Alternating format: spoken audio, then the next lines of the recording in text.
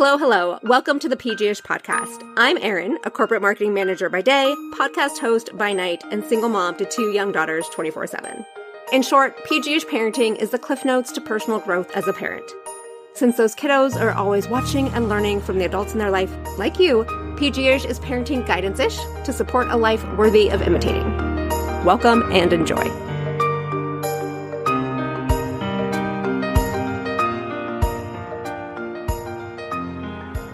Dana Malstaff is the founder of Boss Mom and creator of Nurture to Convert. She's a mom, author, speaker, podcaster, and movement maker who believes that too many brilliant moms are struggling to figure out how to grow their business while balancing all that is required to be a good mom, partner, and woman.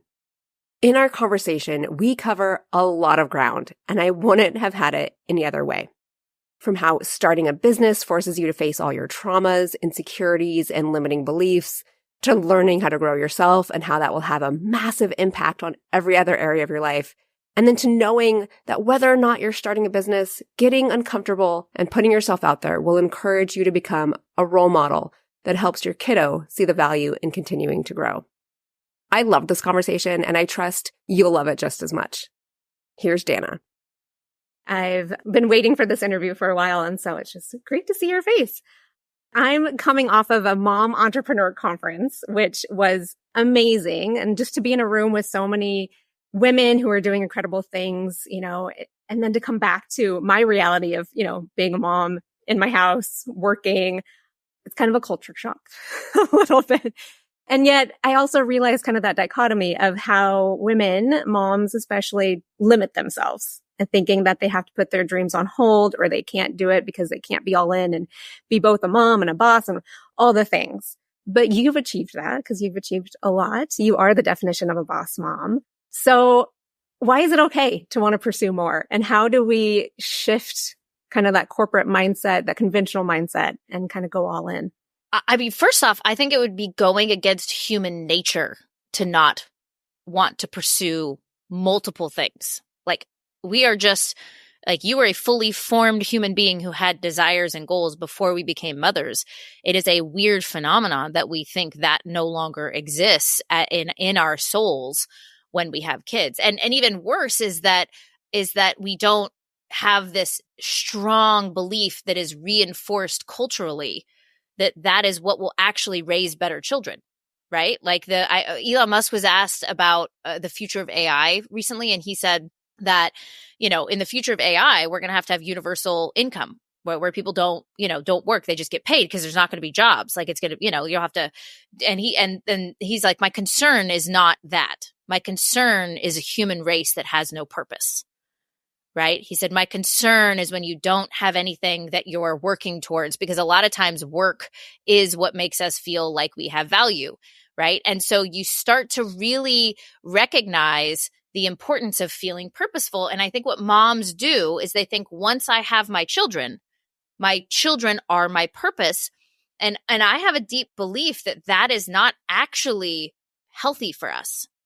Now, I always have to make this distinction because I've had people be like, my kids are my purpose. And I'm like, but there's a distinction.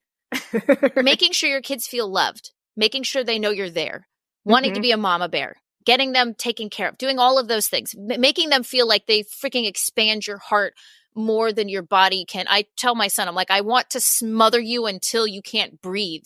And I was like, and it's weird that I want to literally like envelop you back into my body. I love you so much. Mm-hmm. And he's like, Mom, you're weird and you're creeping me out. And then sometimes he'll come over and he'll put his head under my shirt and he's like, does that make you feel better? I'm like, a little bit. Right? But there's a difference between that and purpose, because there's a book I have behind me, and it's called The Prophet by Khalil Gibran, which is like, I got when I went to college. It's like a prophet is leaving town and everybody asks him, like, how do you feel about love? How do you feel? And he describes children. He said, they are the arrow and you are the bow, right? You cannot go into their future. That is not your job. Your job is not to be your children's future. Your job is to be a strong bow so that you can aim well and make them go swift and far. And so when my dad gave it to me, he said, may you go swift and far. right? Which I loved it, which is like that job as a parent is not for your children to be your purpose, because at some point they're going to have their own purpose. And would we want to create generation after generation where they lose what they get to be and what they want and envelop themselves into a future where of somebody else's desires? But then once they have kids, they have to lose those. Like there's no expansion from that. Like what our kids want to see is our kids want to be a part of our expansion. They want to see it so that they know how far they can expand, that they can be the possibility. That's what I want. So that idea of being more, it's human nature. And your kids are going to have it. So do you want to show them a life where they don't get it and there is no opportunity as soon as you have kids? Or are we going to show them that expansion is ever happening? And it could be that expansion that you volunteer at the school more. You decide to homeschool your kids. Maybe you just create a product, right? Maybe you join somebody else's team and you just get to be a part of something amazing and bigger than yourself. Or you start your own business. Like there's so many ways to expand. Maybe you just get good at something. I've started martial arts. Like I want to have a black belt by the time I'm 50. So I can feel really cool and badass. But whatever that is, expansion is natural growth. Wanting more, and more is just expansion. So if we stopped thinking about it, is that if I want more, then I'm taking away from what I'm giving to my children. And you recognize that I want to raise a generation that sees a potential and opportunity in the expansion of self, in the expansion of what we're trying to build and what we're trying to create in the world.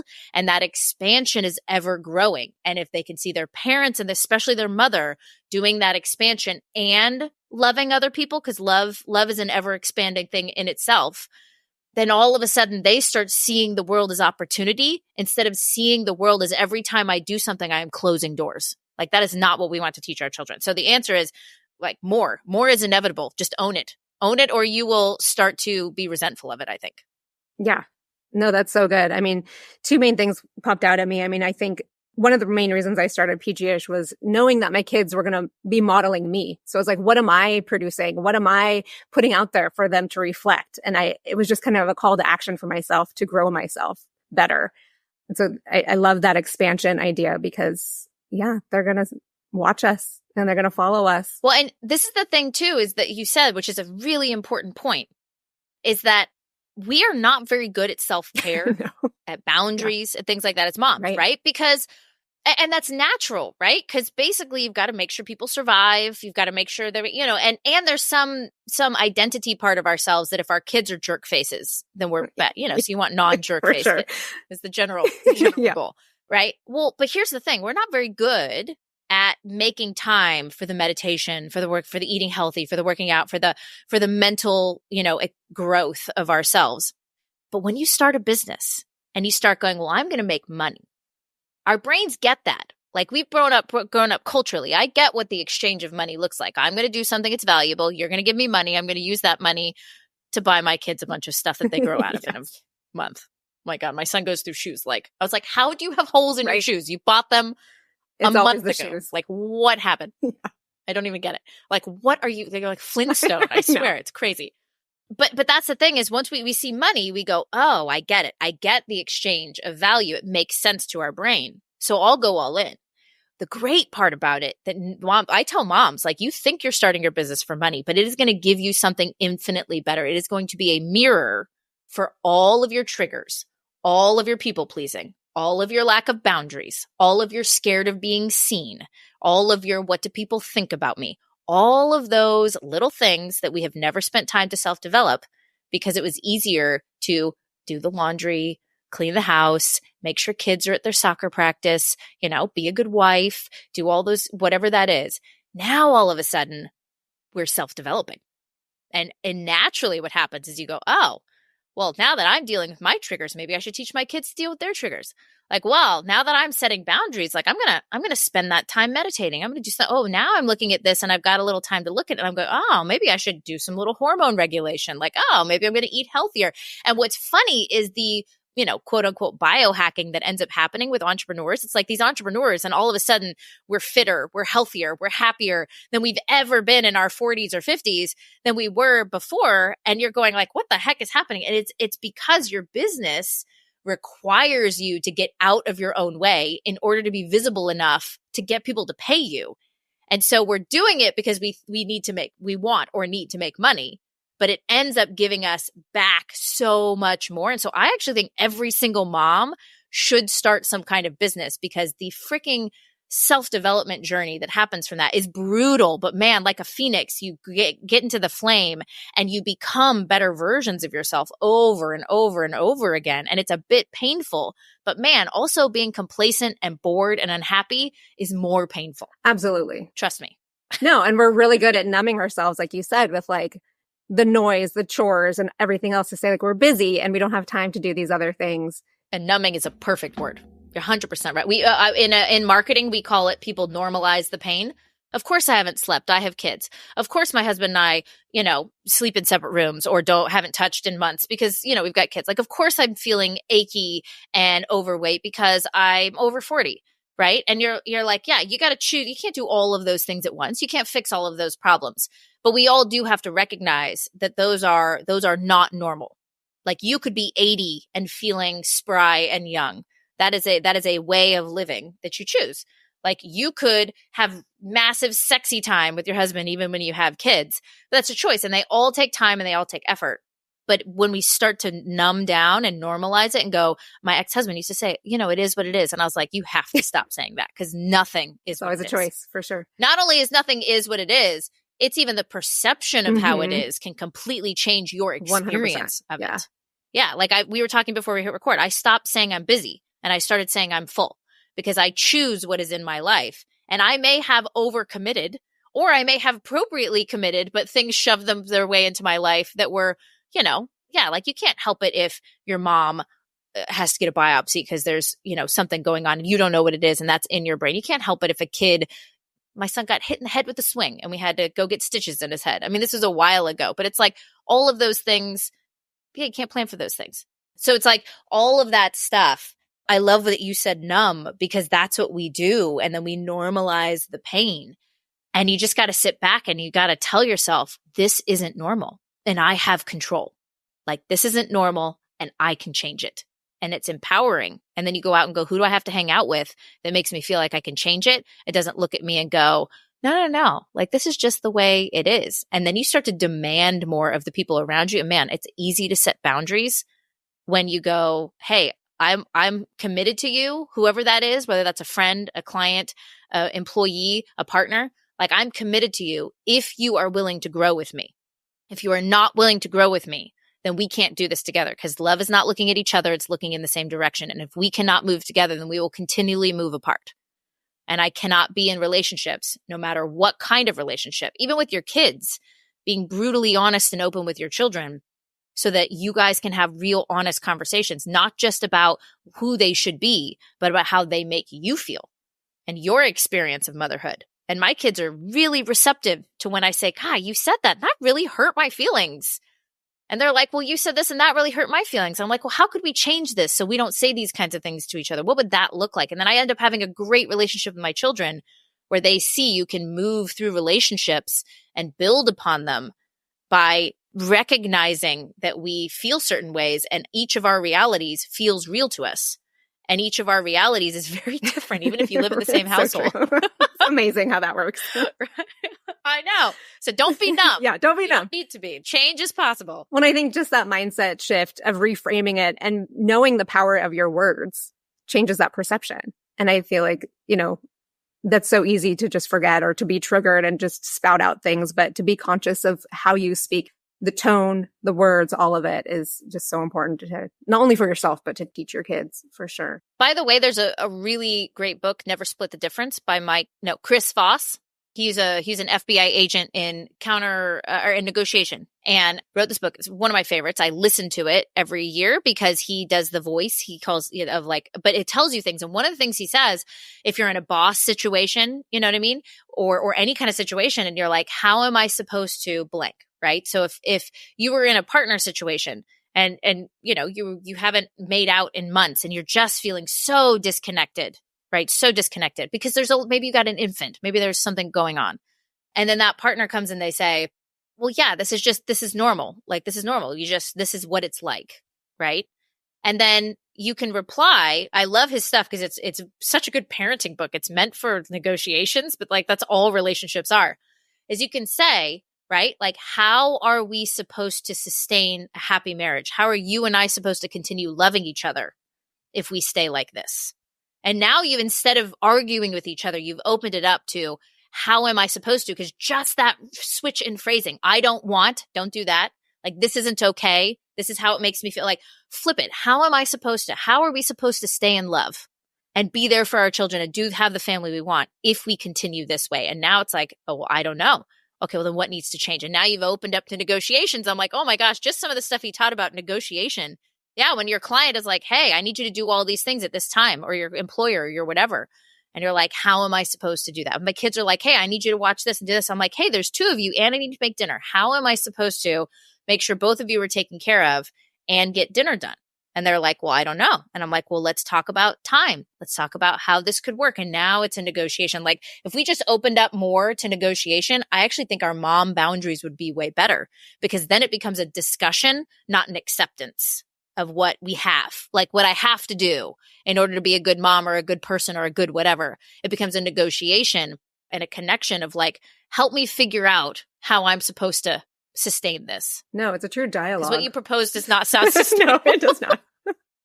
I know. It is so interesting teaching like communication skills to your children. And it at least has made me realize, I'm like, oh yeah, I need to evolve this part of my life too. At least, when you have to talk to children, especially, it's like, okay, we're definitely on different wavelengths, but it's important for our relationship and to help you grow in life. But totally different when you're talking to a client or an employer or whatever. But it all kind of comes down. I don't know, man. Is it? I'm more scared to talk to my clients about stuff that are adults. That's true.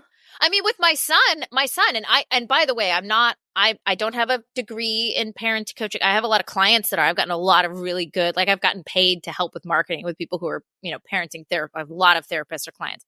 But like, I've had a conversation with my son the other day. He was playing a video game and I was like, you can get off the video game, right? If you want to be able to play like a board game or stuff, if you want to do these things, right? And then you're not going to have time. I've reminded him multiple times. And I'm that person, like their dad is the person that would be like, get off. I told you now. And I'm not that person. I want them to see the consequences of their choices. He did not get off. So he came back and then he's like, okay, I'm ready. And I'm like, well, you lost the time. Like, it's time for bed now. And he got upset, and his upset version is to go get in bed, put the covers over him and like, cocoon himself for a minute. And so I came in and I was like, and I just said, I just want to let you know that like this feels unsustainable for me. Like, if you and I want to have a really good relationship, a loving relationship, and, and I was like, then this can't work, because what you're telling me is that in order for us to spend time together, I have to force you to stop what you're doing. And I was like, and that doesn't feel like love to me. Like, that feels like I'm forcing you to hang out with me. And he's like, but I want to hang out with you. And he's like, but I don't know how to stop playing the game. And I was like, well, if you have an addiction to your game, then we need to have a conversation about what that looks like. And I was like, what could we do? And he's like, well, maybe we have time restrictions and there's an alarm that's not you, but it's an alarm. So we got him an alarm that's like, it's a 5-minute alarm and thing. So it counts down, and he's like, what if when I came home from school, instead of the relaxing and going playing a game, like you and I do something together. And that way and I was like, okay. So he came in the next day and he got the mitts, because we go throw the baseball. Like, I'm the dad in the situation, and we go outside and we throw the baseball. And he's like, let's do this every day. And I was like, I would really like that. And I will stop everything, because it's 2:30. It's the middle of my day. But that idea is like, I can't just say like, oh, like get off that thing and let's play that. Like, I needed to go and tell him, doesn't feel like love to me. And I'm supposed to love you and you're supposed to love me, but this doesn't feel like love. And you as a child have to decide what kind of relationship you want with me. And I just told him, if you don't want the kind of relationship where we hang out, then you're going to make that decision and I can't change that for you. But if you want the relationship where you and I love each other and really enjoy each other's company and we do really fun things together and we have fun memories, then I need you to try a little bit harder to step away from that thing that because I have the same thing with social media or work. That we both need to commit to trying harder to cultivate that relationship. Otherwise, it's going to die. And you and I won't like each other as adults, and we won't hang out, and we won't have Christmases together. And I don't want that future. Do you want that future? And he's like, no, I want to hang out with you all the time. I'm like, okay, well then how do we do that? And then how do we do that? So it's like, it became a negotiation. Him and I came up with some really cool things that we can do that he's now a part of the solution, as opposed to me just yelling at him and him being pissed off and then yelling at me. And then we're back to the beginning because the whole thing happens again tomorrow. Right. And yet that's sometimes the easier route that we take because it's hard to have that conversation. But I love opening that totally dialogue, easier. And I love that they're part of the solution and you're not forcing him to do anything. That's the thing, though. I think as you get older, you start to recognize that it's harder today, but it makes it easier tomorrow. Like, that's the thing. Like, it's just like anything. Like, eating healthy is hard. It's not just hard because we have to try. It's hard because the world literally does not want you to eat healthy. Not. Yeah. It doesn't. It doesn't. Like, here in California, they don't even like the idea that they're trying to shut down small, farmers markets and things like that with regulations. And you're like, oh my God, that is like the last bastion of healthiness that doesn't have a preservative in it, for goodness sake. Like, for the love of all that's holy, guys, you're making it really hard for us. Yeah, like being healthy, exercising, losing weight, like we all sit at desks. All of those things are hard, but the effort today makes tomorrow easier. And the older you get, you recognize like, holy crap, like when I don't stretch, I can't sleep. I wake up. I feel puffy. I feel older. I feel unattractive. I feel, unhappy. I'm emotional. I'm all those things. Okay, the 10, 15 minutes of me stretching today makes all of those things go away. But you have to have enough days of feeling like crap. Yes, you do. You have to have enough fights. Like, we are not proactive human beings, guys. That is not a natural state of being. You know what I want to do? I want to lay down and have a nap and binge on something. Yes. That is what I want. I want someone to come and give me dinner Right. instead of making it. Yeah. Right? I want my children to just naturally keep everything clean. Wouldn't that be nice? And I want to tell them once and never have to tell them again. Like, none of those things are real or exist. Oh, if only. Although making good money and having your own business does make some of those things easier. Yeah, that is true. So money cannot buy you happiness, but it sure as hell can give you some extra time. No, for sure. Yeah. And let's get back to that, get back to business. Because one thing I do want to say, because you mentioned this earlier, just being a mom and like the love aspect of being a mom, because we can't outsource that part of motherhood, right? Like, we can outsource so many other things that we choose to do ourselves. And then we're like, I'm so tired. I'm juggling it all. But it's like a lot of that we can outsource, but we're stuffing our time with whatever it is. And then we don't have the time to love our kids well and to have those conversations. So I think that, again, is a mindset shift. And then, yeah, making money makes it easier to outsource things, right? So, and then we actually have the time with our kids. And with your clients, business, communities, and children. I mean, it's always the 80-20 rule, right? Which is, we go, oh, well, I'm going to love them by, and then enter whatever it is you think you're supposed to be doing. One, if you're never asking, like I have the amount of people who have businesses that come to me and I'm like, do you know if somebody actually wants to buy this? And they're like, well, I needed it. And I was like, yeah, but needing it and paying for it are two different things. That you have to understand in marketing, like the amount of people that'll tell you that's a cool idea and the amount of people that open their wallet. Those are two different things. And have you gone out and tested it? Have you gone out and asked? Have you gone out and so we do the market research questions are half the way you get business is by getting people going, oh my gosh, let me tell you what I want. And then you build the things that people want paired with what you enjoy doing. That market research, we have to do that with our kids and our partners and ourselves too, because we most often give the love that we feel, not the love that they feel. We most often go with whatever society told us is, oh, well, I'll take the kids to the park. That way they know they love me, but maybe they don't care about that. Maybe the only thing they care about is that 5 minutes of cuddle time that they get in this thing, or the way you talk to them about something, or that you let them just have their emotions and cry on you or be with you, right? Or that time where I've heard someone say that, like, when you're hugging your child, hug them until they pull away, which is just a tiny little distinction of letting your kids know, I don't want to let go of you because I love you that much. And just that, the Brene Brown talking about, like, all children need is the feeling, the worthiness of love. You can give that to your community. All of our nurture-based messaging and marketing is based around making people feel connected, heard, valued, right? So stop trying to run your business and run your community where you are the center of all the answers. Allow people to have answers. Allow people to provide solutions. Allow them to share who they are. And your business will grow. Your community will grow. Your partnership and your parenting will grow. Because ultimately, Like one of the things we talk about in the Boss Mom book is that your kids and your partner, they want to step up. They want to contribute to your happiness. They want to contribute solutions. They want to contribute purpose to the family. But as moms, and I say that this way because it's the only way we'll take action, we selfishly hoard responsibility. And it is actually really unhealthy because if our children and our partners and our clients and our communities want to feel purpose, they want to feel needed. We want to wake up in the morning and go, the world is better because I'm here. If we're going to do that, then we have to relinquish the idea that we can take on the world ourselves. And that is what an independent, strong woman looks like.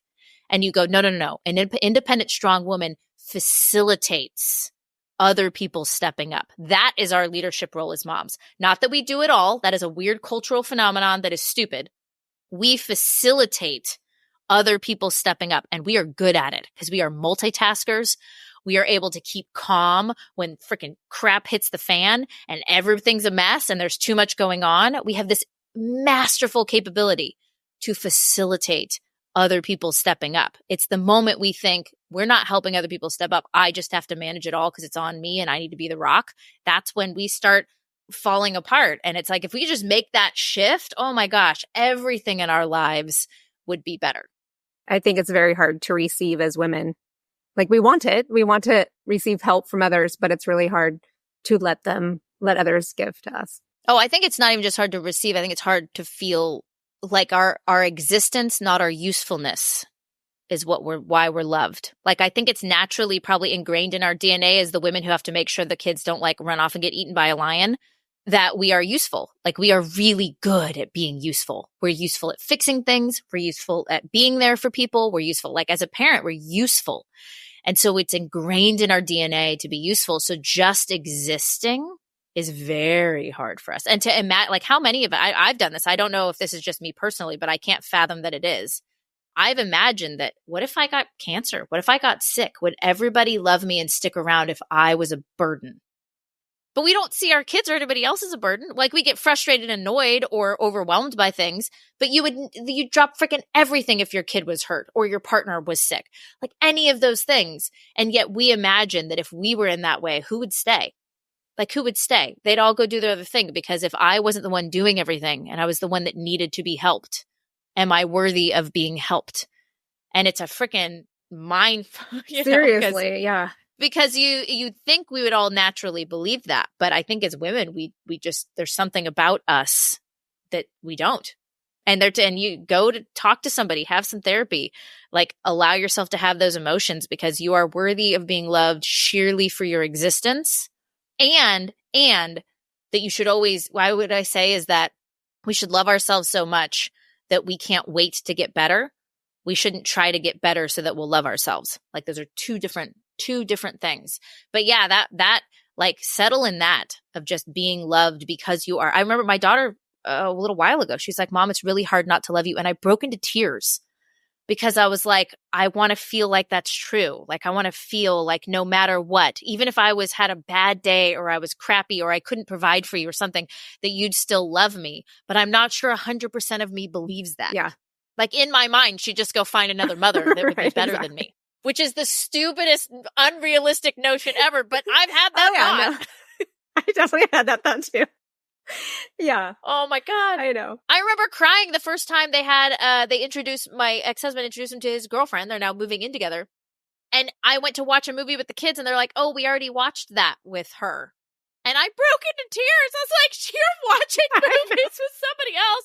You're going to love her more than me. She's going to be better than me. And obviously now years later, you can't break the bond between mother and child. No. But I was like, okay, like what's the point? I'll just go off, and shrivel up in a cave somewhere because nobody needs me anymore. And it's this, we're so hard on ourselves and it's so stupid. No, I've totally done that too, where my youngest, she's 10, but she'll text my ex's girlfriend. I'm like, why are you texting her? Why can't you just come talk to me? Like, I know. And we should be able to be in a place where we should want our children to have the most amount of people that love them.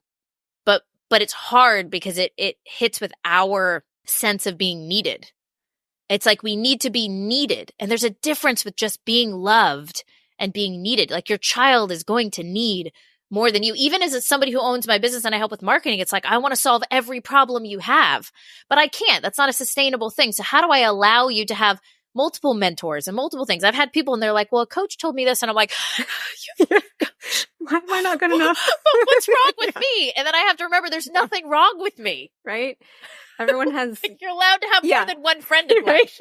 Get unique perspectives on life.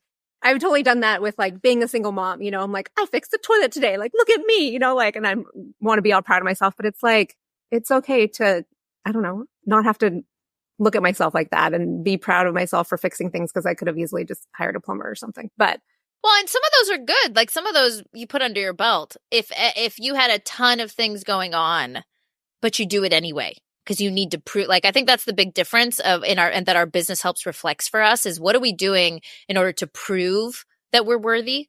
And what are we doing because we want to learn and we want to experience, we want to say that we could do it. You know, those are the things. Like we should be testing, we should be fixing, we should be doing that stuff. That's human nature.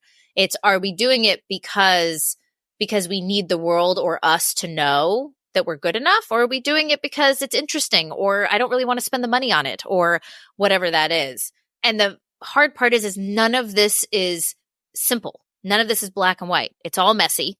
Life is messy. People are messy. Emotions are messy. Just freaking accept the messy because your messy is not any less, better, or worse. I tell people that your messiness is not unique. There's nothing unique about your problems. Your uniqueness comes from all the good parts of you, not the bad parts. Like all the bad parts of you are freaking a dime a dozen. And it's weird. It weirds people out because part of what we think is wrong with us in some ways we think makes us us. And that is not true. Your triggers, your feelings of unworthiness, your stress, your anxiety, your worry, your all of those things, that is all just boring stuff that everybody else deals with in their own little recipe. So stop owning it like it's yours.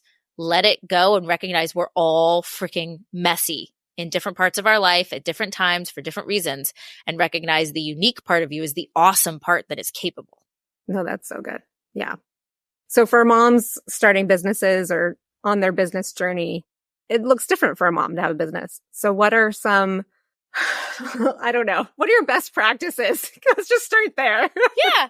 Well, the funny part is I love the conversation we've already had because it's you think that you need to go in and learn how to have an email system and how to write sales pages and how to but I can tell you from having coached thousands of women, we've had almost 40,000 people through our courses and content, like from the inside, we've been around for almost a decade. Like I can tell you that it's 80% emotions, like 80%. It's the 20%. You know what you have to do, right? You may need a skill, like how do I physically do that strategy or do that thing? But ultimately, that's not the hard part. There's a finite number of ways to do that. You find the one that fits best for you and you execute. It's the execution of the idea that is hard because of our emotions. So couple things for moms. And I just did a YouTube video about this of should we listen to successful men? Ooh. Should moms listen to successful men, right? Take advice. Yeah. And what I basically is like, everybody can have something to give you, right? Don't stop bringing in knowledge because they're different. But there are some key areas to not listen to somebody unless they truly understand your mom life and the other aspects of maybe your introvert, extrovert, personality, those kinds of things. One is time management. Do not listen to Hermosi will go in and he'll be like, yeah, I wake up at 5 and from 5 to 1, nobody can bother me no matter what. I was like, dude, a mom with a 5-year-old can't. A mom with a 10-year-old can't actually do that. So the idea of time management or boundaries. Right? So that idea, I say no to everything. And you're like, well, yeah, but I could say no to volunteering at my kid's school.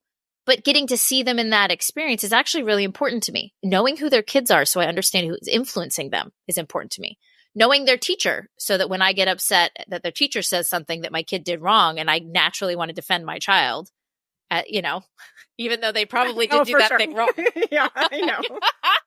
How dare you say that about angel. my child, even though you're like, I watched them do that last week at my house and yelled at them for it. Yeah. So time management boundaries, those two, you have to be really careful. Right. And then the third one is amount of time it takes to do something. Right. As a mom, you have a business in multiple areas. You have the business of you have the business of your family, you have the business of your children, and family being like the whole family unit. And that's its own identity. your family, your children, right? Business of your children, and a separate business. You are not the person that can just ignore all of life in a bubble and do this thing. You're not a 20-year-old that has no commitments, or you're not a guy who's got a wife that's taking care of everybody. That's not the case. So in this case, it will take you longer. And that is okay. I can tell you, proof from me and a ton of other women, you weren't going to be able to go fast anyway. And if you're really trying to do it, you're not going to succeed, right? And then the last one is like, be honest about how you feel, because our kids have an uncanny ability to require our time when we're motivated and then not need us when we're depleted. And then we go in and we're like, I don't know how to engage, but like I should be doing things, but I can't figure out what I'm supposed to do because I'm depleted. And so I have a belief about being honest about that, and then really starting to, it's hard when your kids are really, really tiny, but when your kids start to getting into like the 6, 7, or like in our case, I've got like an 8 and a 10-year-old, I can tell them like, hey, I feel really motivated right now. Could we not do that and wait an hour and let me get this thing done? Because I'm really excited about this thing. And then I want to be really excited about you. And my kids go, yeah, sure, go ahead.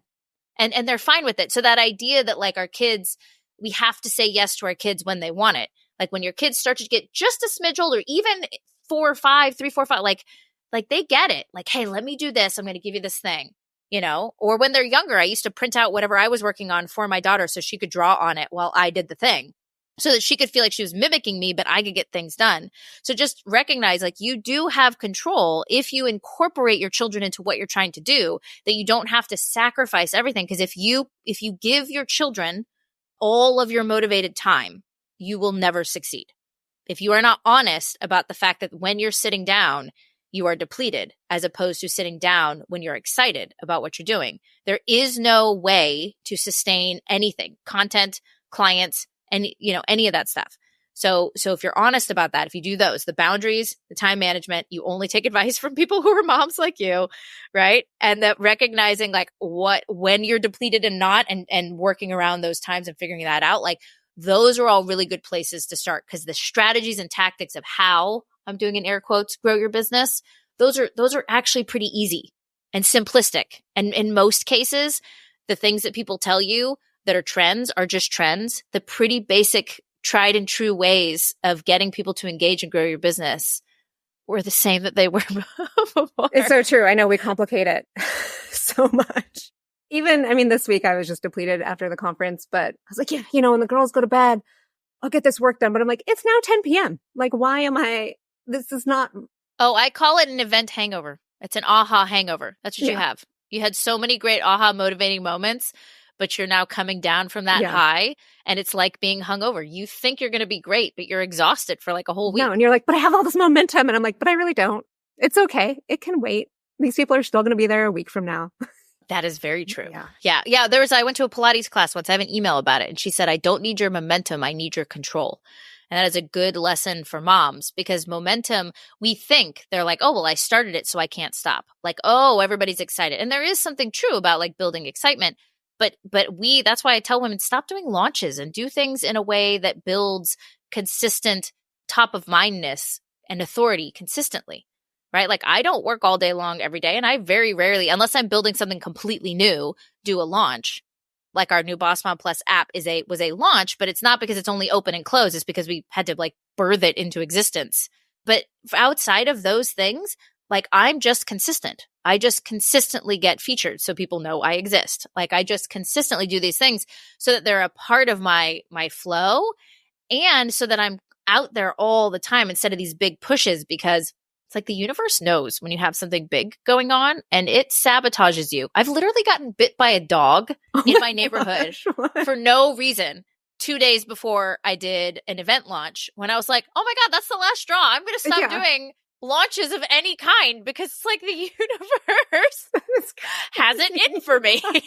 Oh man. And I think that's totally true. Like just consistency. You can't just do something 1, 2, 3, 4, 5 times and expect a result, right? Like you have to take those consistent, even if they're baby steps, but taking consistent action just keeps you going. Yeah. I mean, the biggest part about marketing is being top of mind. That's it. If you were in real estate, they would say like, oh, just touch base, touch base, touch base. That's what we do online. We just want to be visible so that when we call it the catalyst, when the catalyst happens and they realize my favorite pants don't fit, right? My husband's been sleeping on the couch for a month, right? My kids are getting in trouble at school. Somebody said to me, my kid reflected something to me that I just realized I thought about myself, right? Like my business hasn't made money for 3 months. Whatever that catalyst is, you're top of mind to solve that problem. Because what people think in marketing is that I'm going to shove my solution and because you need it, you're going to buy it. And that is not true. It has to be top of mind so that when they feel the pain in that moment, you are top of mind. That's the shift that people need to make. Because right now, that's what people think. Like, oh, I'll just shove it in your face. And then you will agree to it because I know you need it. And as soon as you realize you need it as much as I know you need it, you will buy it from me. And I'm like, that does not work. And it hurts because then they say no and then you think you're the problem. Right. And then we go back to that. It's just marketing's just a timing thing, right? Yeah, for sure. Do you want to talk about your app a little bit more? Because it's super exciting. It is. Yeah. So I don't think moms really want to market or sell. I don't think they want to.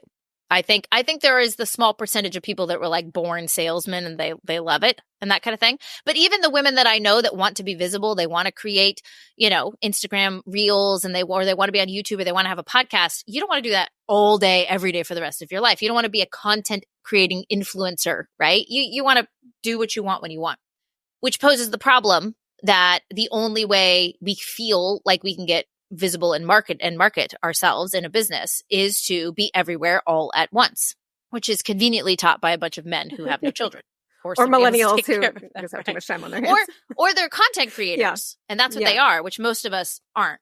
And so what we sought out to do, because we've grown the Boss Moms Facebook group that we are closing down for the last 8 years. We have most of the women that are saying they get all of their business, all of their stuff, right? But Facebook is just doing a bunch of stuff that's making it not realistic to do what we want. Right. So we created our own Boss Mom app. It is the community. It is the connection. It is all of those things. But it is actually going to, within the next year, replace all of your marketing platforms. Right. So what it is instead of you going into Facebook, Instagram, or doing other things, if you want to create content, you can, but it can be on your terms and your pace. And we even show you how to do those things if you want.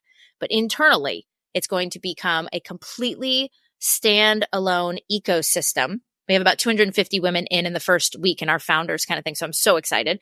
So come in and it is going to be where you meet, connect, engage, collaborate. We've created facilities to get jobs, give job, hire people, to have mastermind, to do and in the future, we're going to even have the ability for you to rent space in our community. So if you wanted to have a group program, if you wanted to have a course, you don't have to go try and figure out all the logistics and the tech of doing that. You can house it from us, in our space. We have big dreams for being a complete hub for moms. And it's only $67 for the year. You can pay $7.99 for a month or $67 for a year. There are areas where you can level up, if you were going to rent space or have places to feature all your content. But I want a world where if you don't want a website, you don't have to have one. And the way we've built it is it's its own search engine. So as you build yourself up within the community, which we show you how to do, if someone goes in, I had somebody ask me, they're like, oh, they asked me a question and we searched for the parenting coach and we're and her name popped right up with all of her stuff, all of her things. And I was like, you get to build your own SEO and authority within this space. And we have big dreams for it. So our goal is to get to 10,000 members by April of next year. So within the next year, which at that number, we would be a completely self-sustaining ecosystem where we would all simply work together, hire each other, buy each other's stuff, and we could all have 6-figure businesses. Yes. Sign me up. Right? Yeah. I know. It's such and I got so excited because originally I was just Facebook isn't giving us what we want. We've got to build something else that could give, so I can really support people the way we want without all the spam and all the stuff. When we went in and we started to build it and then we really started to see what it could become, I was like, oh, we're going to change marketing for moms. That's what it is. We're going to change marketing for moms. So you could be a mom and you can be an expert and we're going to help make the idea of it so much easier. Otherwise, it's not sustainable to be a good mom, a good expert in whatever it is you want, and a content creating marketing genius. Just it's not a thing. There's not enough emotional reserve or time in the day to do all that for sure. And it's so true. I mean, moms are lacking that village, especially as businesswomen too. So, I mean, that's the place to be. I love it. Oh, we're not even going to build a village. We're going to build a country. All right. Let's go. It's going to be a country. Yeah. That's what we're going for. Like we're starting. Yeah. Because it's got to be a thing where it truly is the size where you can come in and your person is there. Right. Like that's our goal, is that you're like then it starts to break off into these little, these spaces of your people and your tribes within the ecosystem. And just so everybody knows, like that is my area of expertise, community building. Like people hire me to come in and I do nurture messaging, which is a very particular kind of marketing, and community building. And from a human behavioral psychology standpoint, there's a very particular way that you create community that we have systematized. And we are one of the most engaged Facebook groups on Facebook. And it is sad that we are leaving because that is of Facebook's doing. I'm not surprised, but more power to you to create your own thing. So congratulations on that. Oh, I'm pumped. I've always wanted an app. Who doesn't? My little boss mom right? icon. Yeah. Like it was on my bucket list. There so you go. I'm rolling up my sleeves and we did it. Oh my gosh. Well, what does it mean to be a true boss mom to you? Oh my gosh. I love what you said. Honestly, a boss mom is just continual expansion.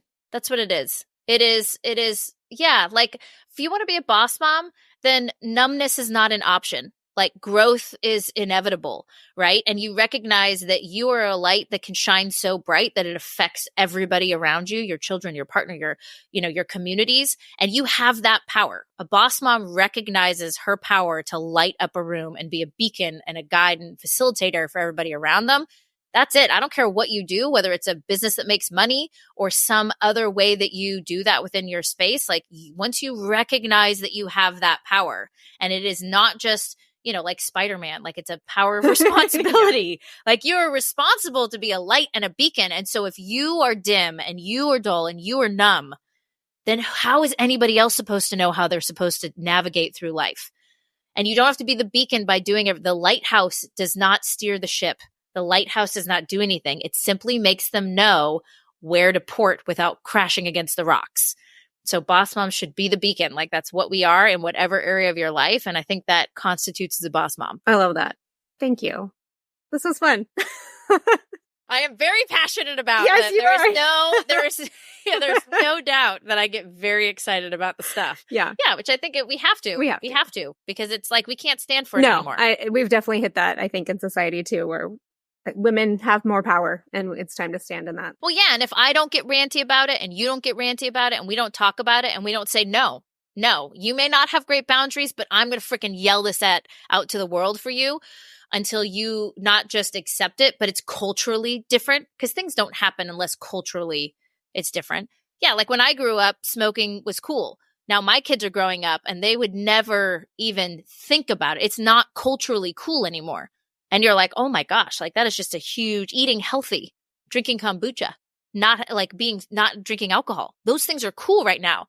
I'm like, why did I not grow up I know. now? I think the same thing. I actually had this conversation with someone the other day about smoking and how, you walk into a restaurant, there's non-smoking or smoking. I'm like, how ridiculous was that?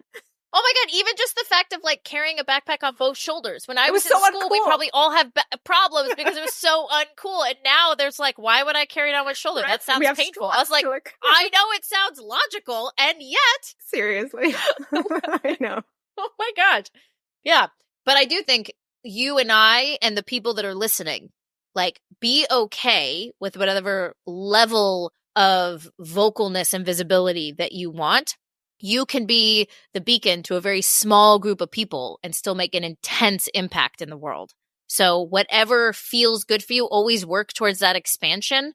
But I know people that are like, yeah, but I don't have a big community. I'm like, if you have any community, whether that's your kids and your partner or the local community or the wherever it is, like, man, once you impact 100 years from now, you're going to have impacted 1 million people by the ripple effect of what you do. So don't think that small means it's meaningless. Sometimes small can be just as impactful as big.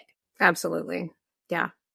Is there anywhere that you want my audience to find you? Let's see. If you go to boss-mom.com, you can just come and check out all the things about us. If you go to boss-mom.com/join, that will take you to our Boss Mom Plus, which is our app and all that kind of stuff. But yeah, if you just go to our website, you will see all the things. And if you forget that, literally just Google Boss Mom.